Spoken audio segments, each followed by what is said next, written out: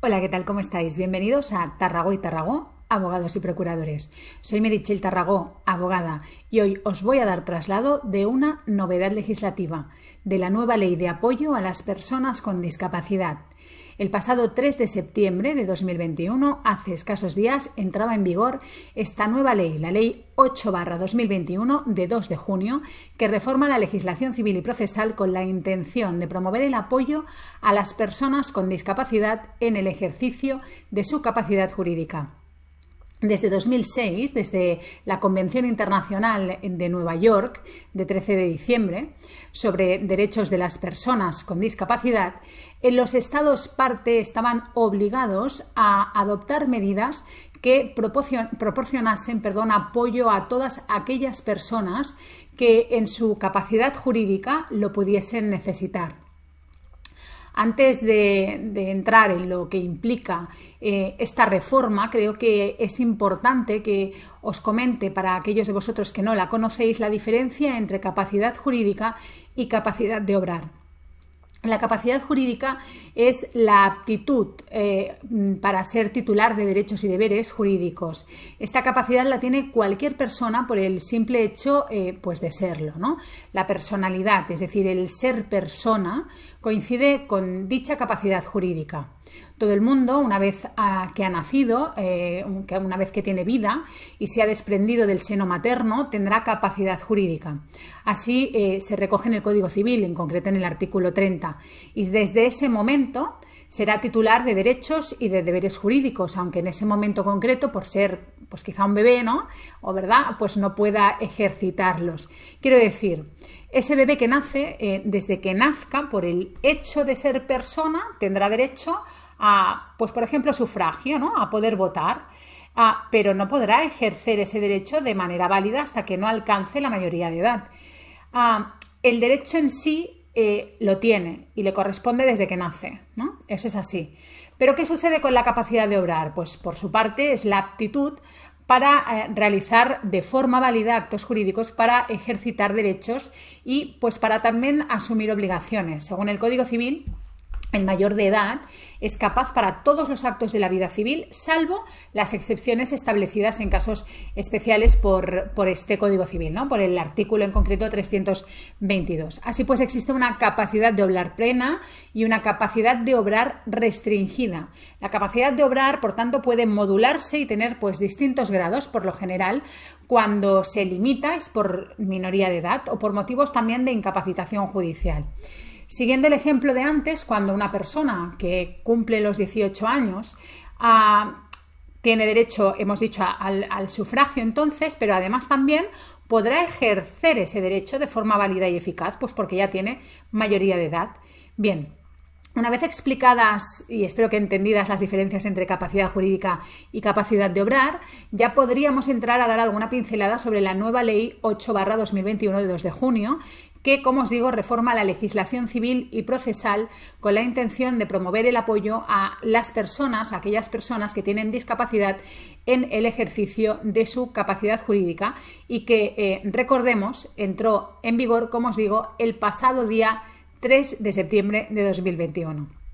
Los procedimientos que hasta ahora se seguían en materia de incapacidad judicial eran siempre procedimientos complicados, y entiendo que mis compañeros, si me están escuchando, me darán la razón, entenderán lo mismo. ¿Por qué? Pues porque entraban en juego sensibilidades y emociones. A nadie le gusta tener que limitar la capacidad de obrar de un hijo o de un padre o de un abuelo o una abuela. Y desde luego a todo el mundo nos gustaría vernos siempre con libertad, ¿no? Nunca nos gustaría vernos limitados o privados de esa capacidad de obrar o de poder tomar la decisión de cualquier ámbito de tu vida libremente, ¿no? En aras a esa dificultad adicional de esos procedimientos y a la necesidad de adoptar o de adaptar, mejor dicho, nuestra legislación en esta materia a la Convención Internacional de Nueva York sobre los derechos de las personas con discapacidad, es que surge esta reforma. Es una reforma que se establece para apoyar o para dar apoyo a aquellas personas que tienen, como os digo, discapacidad. Supone un cambio, y un cambio importante, en el sistema de incapacitación.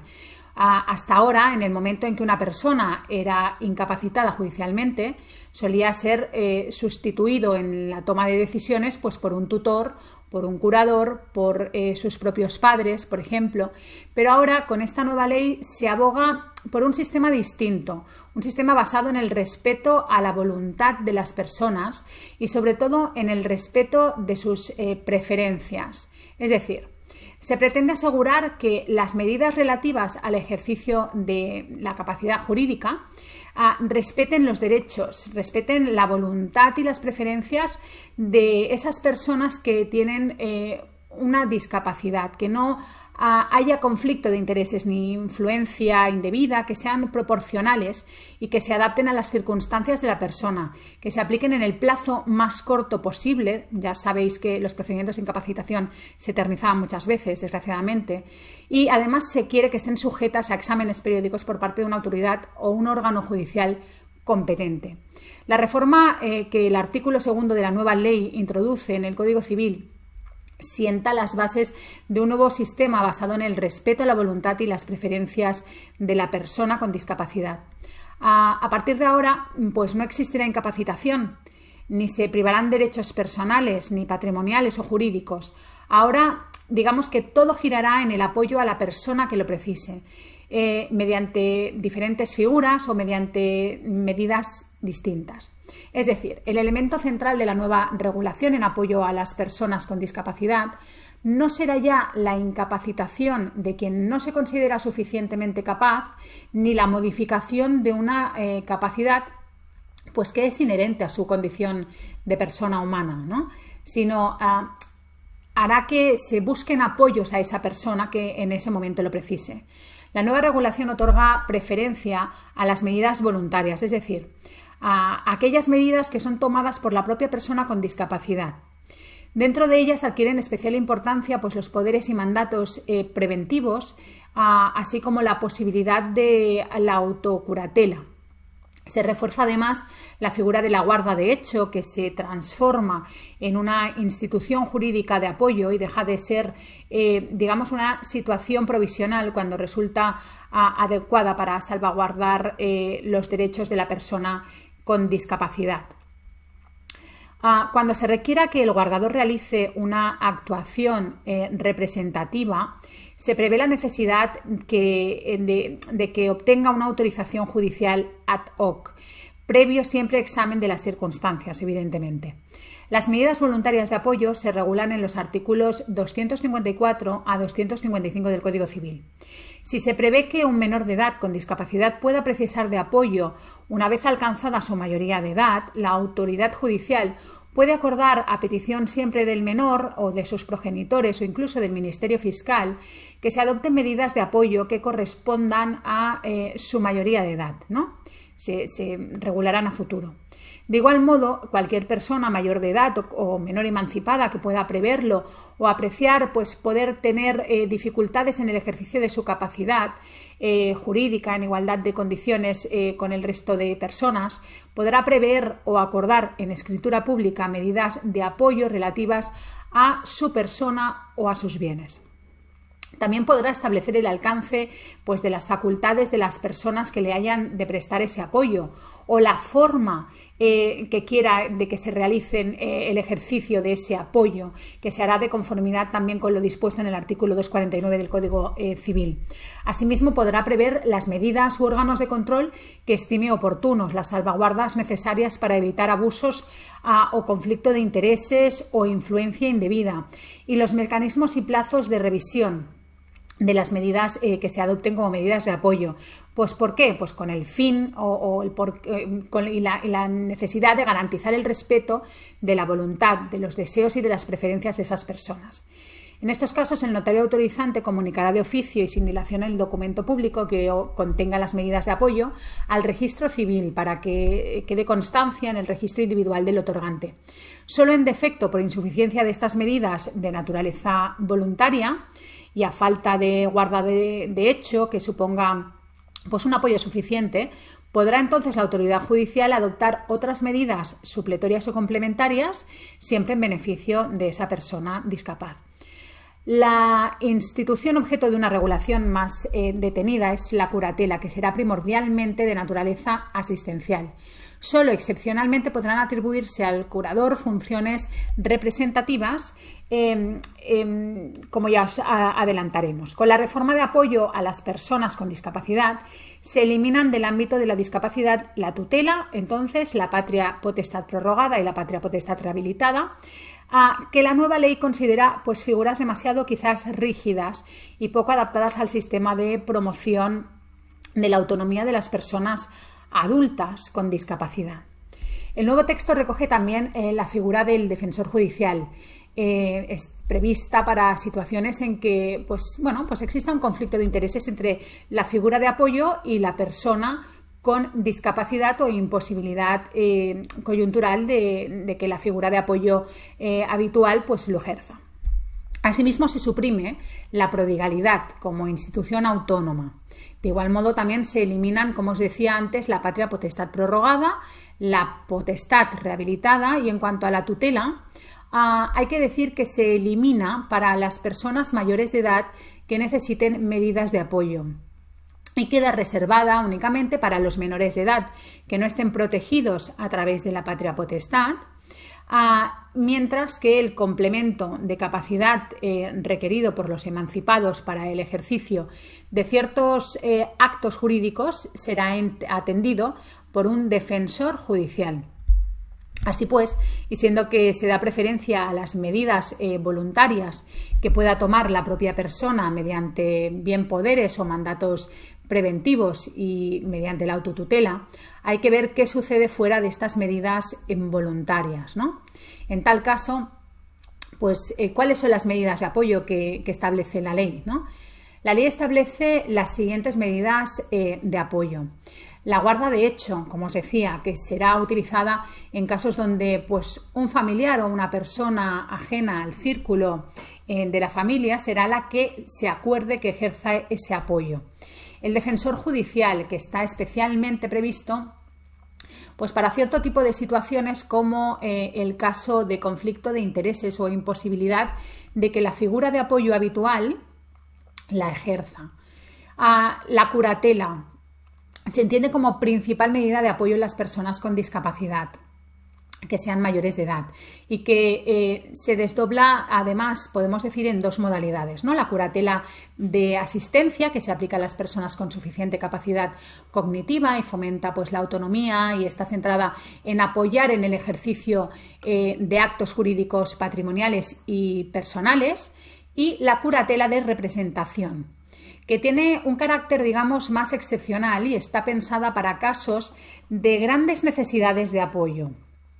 Otra de las novedades importantes es que todas las medidas de apoyo a las personas con discapacidad que se adopten o determinen de manera judicialmente, serán revisadas por los jueces en el plazo de 3 años o en casos excepcionales en plazos de 6. Pero si alguna persona sometida a apoyo requiere que se pudiera modificar en algún momento su situación o la medida adoptada, el juzgado revisará la propuesta y evaluará su conveniencia o no, en todo caso siempre.